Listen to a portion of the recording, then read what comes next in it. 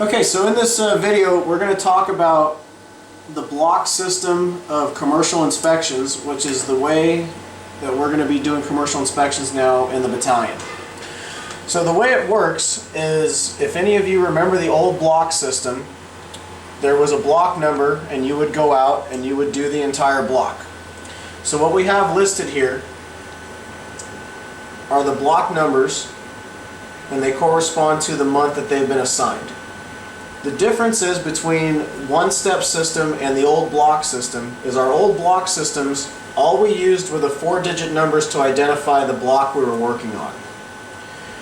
One step, unfortunately, uses the county map page as part of the reference number for the block. So what one step calls a map page in their system is what we're going to call, is what we would call a block. So from now on, we're going to try and get into using the term map page in reference to our block numbers.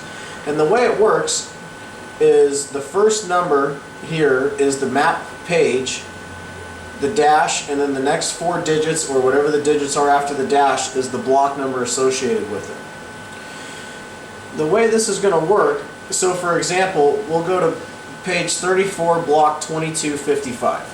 So at the beginning of the month, when you go to do your block survey, you go to the corresponding page and you find the block on your map, and that's how you do your surveys. So the way this is going to work is, if you're doing block 2255, you're just going to start on one side of the block and you're going to go all the way around it. That's going to eliminate our duplications. That's going to eliminate different companies being scheduled on the same block. It should clear up a lot of the issues we were having with one step before by going to the block system. Also, what the block system is going to enable us to do is, you're going to be moving in a systematic fashion throughout sections of your map. So for example, you're most likely going to be moving up or down a street or around a section of a map. You'll see that some of the pages have numbers associated with them. That's roughly how many occupancies that one step recognizes that are in that block. So when I was making the assignments, that's how I was dividing up the sections of the map. So you kind of see A shift, B shift. This is kind of where a dividing section of the shifts were. If you see a block in one step that doesn't have any inspections associated with it, on the map section, it's probably going to have a star.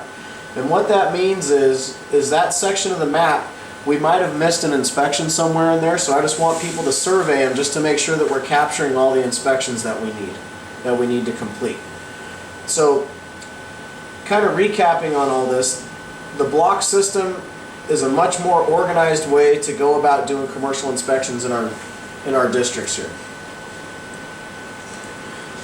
To talk a little bit more about our assignments, is the way this works is, we have the years up here. So 2013, the A shift is going to do the top line on all these months. The B shift is going to do the middle line, the C shift is going to do the bottom line.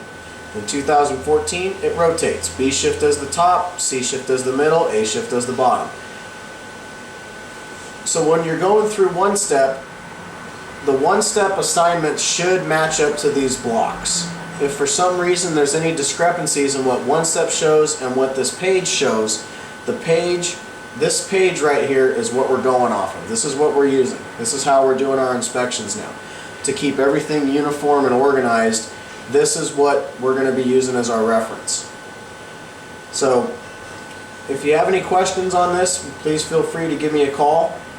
But each station got a copy of their list and all the corresponding map pages that are in their district. I just want to ensure that the binders are placed in a conspicuous location and they're marked in a fashion that's easily identifiable as the commercial inspection binder. So that way, they're easy to find.